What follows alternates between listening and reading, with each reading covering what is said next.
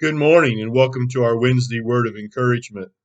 As a child, when I would play with my sister, sometimes we would tickle each other or chase each other until one of us would say, "That's enough." There's times in life when you say, "That's enough." But what is enough? What is enough? Today, we're going to look at something that I believe is enough for everything else we have in life. The secret, the true commitment is a life of grace. You realize that you are forgiven by the Lord and you show that forgiveness to others. But the most important grace that we receive is the grace we see from God. Philippians 4:13, that familiar passage that most of us have memorized. I can do all things through him who gives me strength. It's one of the most well-known passages of scripture, and it's used as a pep talk sometimes. But that wasn't its purpose. It's written by Paul, who is in prison and is going through a very difficult time. And he's saying, I've learned contentment. That's what the context of that passage is.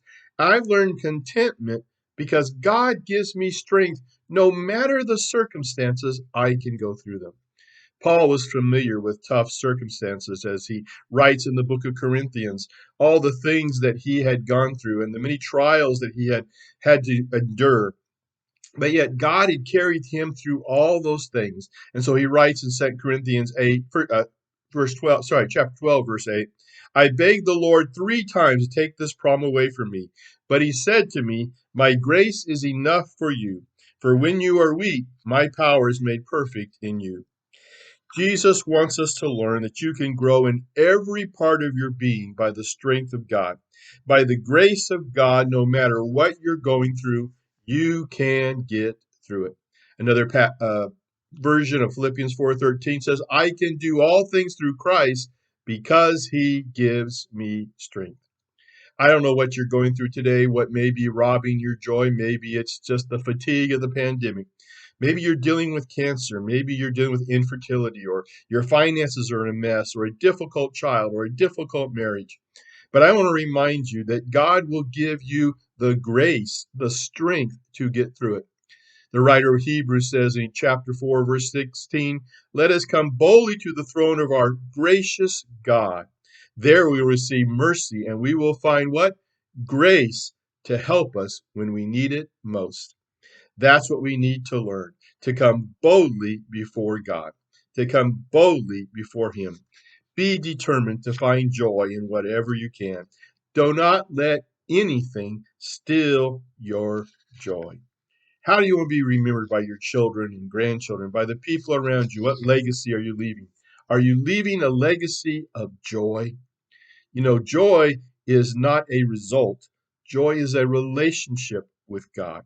It's not the product of getting everything to happen just the way I want it to be in order to be happy. Joy is choosing to walk with God, to walk with Christ, and to realize that Christ is enough. Christ's love for me, God's love for me, the strength that God gives me is enough. When Christ is in you, you have everything. You can go through everything with the joy of the Lord. The secret to joy is accepting that in life, Christ is enough. Christ is enough for you today, and I challenge you to let him dwell inside of you, to give you the strength and the grace that you need to live a joyful life. We're going to take a 6-week break from our podcast. Right now, I'm starting new Sunday morning Bible classes. We encourage you to come. We're looking at the book of James on Sundays at 9, and then followed by our worship services that are both simulcast outside and inside. There's a live service, and then they're also found online. Our Bible class will also be simulcast outside. I've started a new Zoom class. We started last night, had a great attendance. We're looking at the promises of God. We're just taking 6 weeks. And so during that time, while I'm writing all these lessons, I'm going to take a week from the podcast and come back to it later. But we hope that you will join us, and we hope that you are having a blessed week. This is David Berry for the Visalia Community Church of Christ. May God bless you with joy because Christ is enough.